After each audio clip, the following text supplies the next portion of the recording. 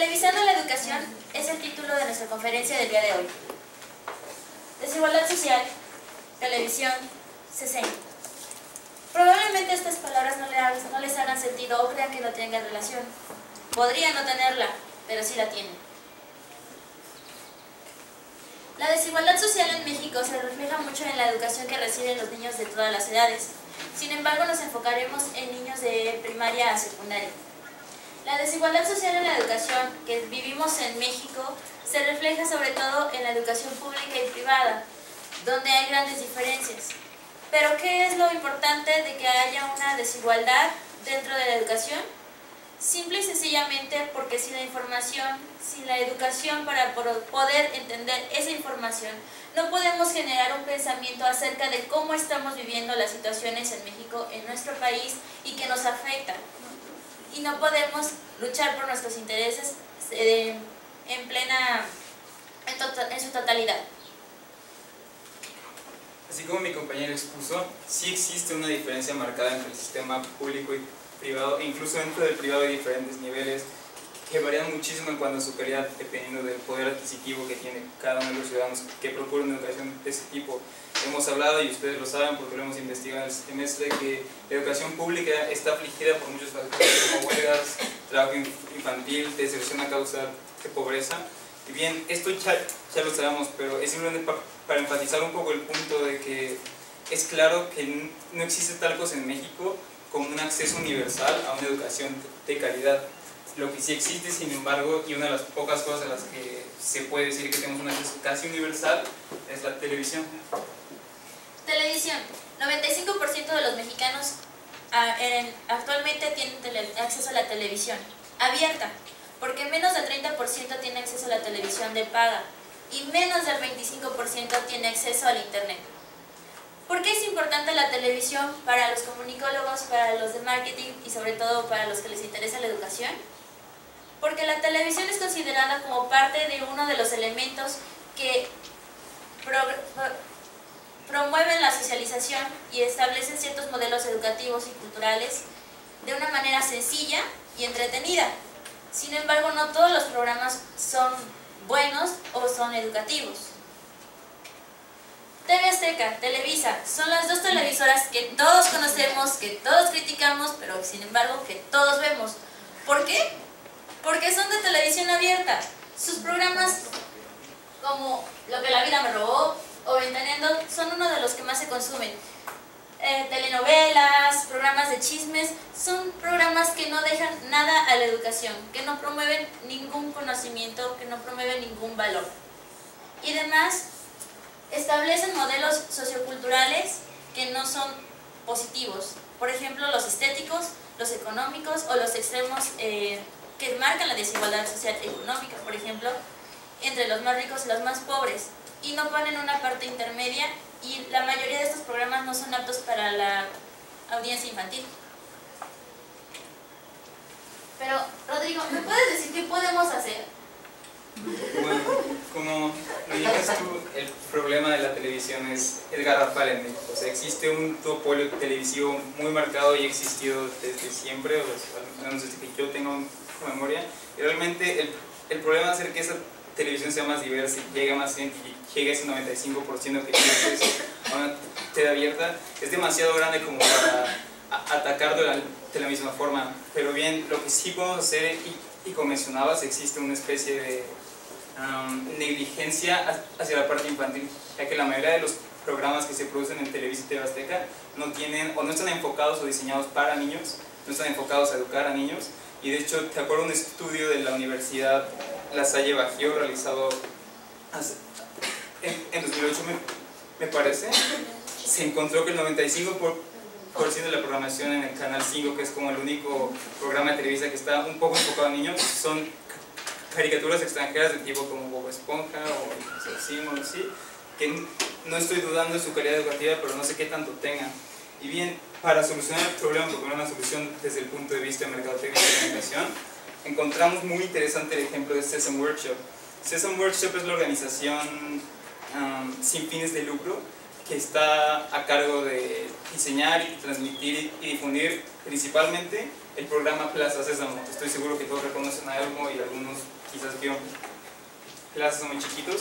El programa ha estado vigente desde la década de los 70. Sesame Workshop empezó a implementar en los 70 cuando se conocía bajo el nombre de CTW, Children's Television Workshop, y lo que distingue a Sesame Workshop y lo que le permite tener un alcance que llega a más de 150 países en la actualidad y tener un programa que hasta la fecha sigue con nuevas temporadas, es su investigación, sus métodos investigativos que se relacionan mucho con la investigación mercadológica, que es lo que he hablado.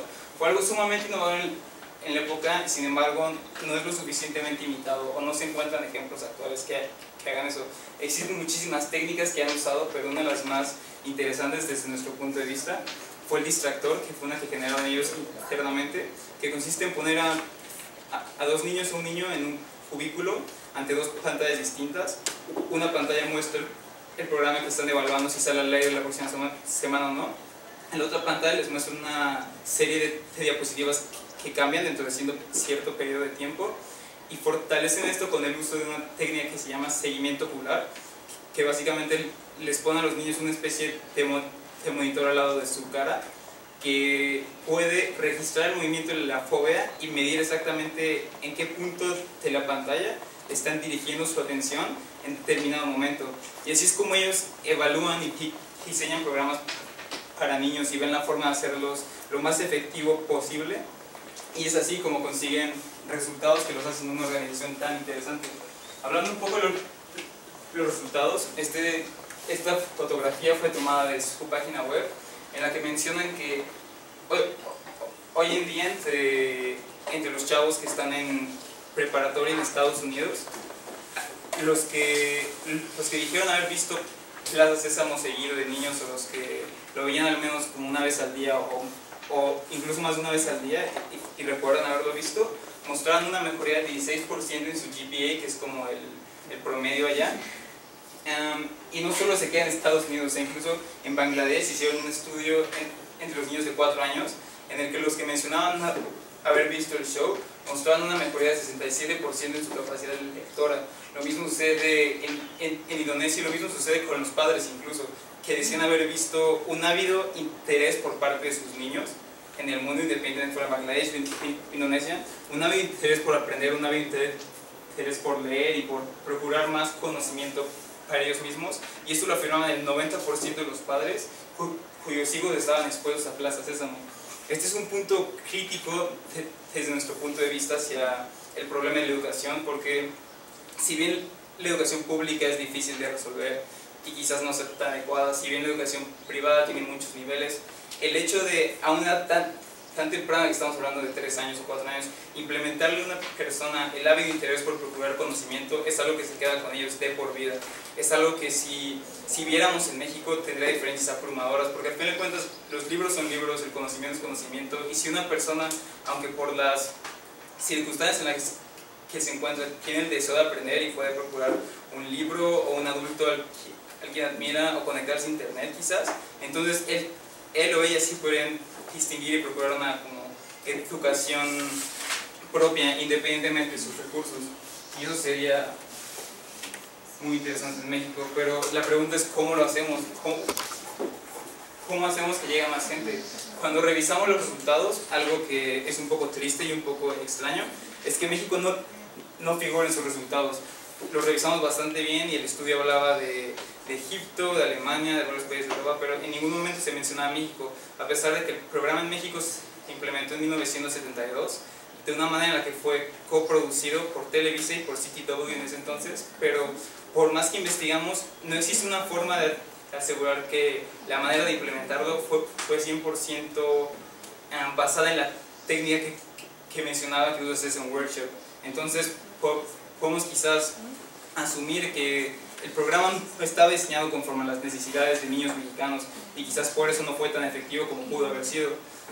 Podemos solo asumir, pero lo que sí podemos afirmar en este momento y en la programación que revisó hoy en la mañana es que Plaza Sésamo va a ser transmitido solo de 7 a.m. a 7:30 a.m. una vez al día, de lunes a viernes, y el resto del tiempo, bueno, los fines de semana no va a ser transmitido, y personalmente dudo que haya muchos niños despiertos a esa hora o no en la escuela a esa hora viendo el programa, y quizás eso nos indica por qué México no aparece en esas cifras. Entonces tenemos que ver qué podemos hacer entonces para generar resultados similares a los que menciono. ¿Sabes qué es una parte importante de lo que mencionas?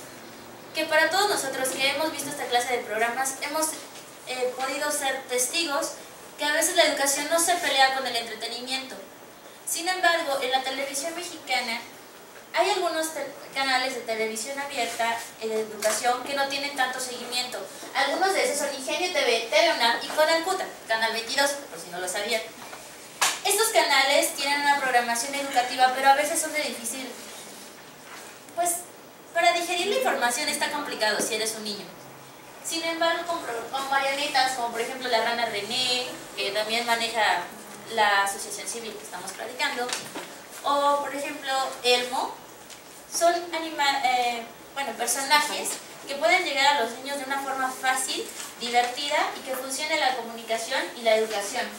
Si utilizamos estas plataformas para transmitir este tipo de programas, la educación puede tener un gran efecto, porque las cosas que enseñas a los niños durante las edades de 5 a 11 años son las que permanecerán en su edad adulta y son las que regirán con sus valores o sus pensamientos de acuerdo a cada tema.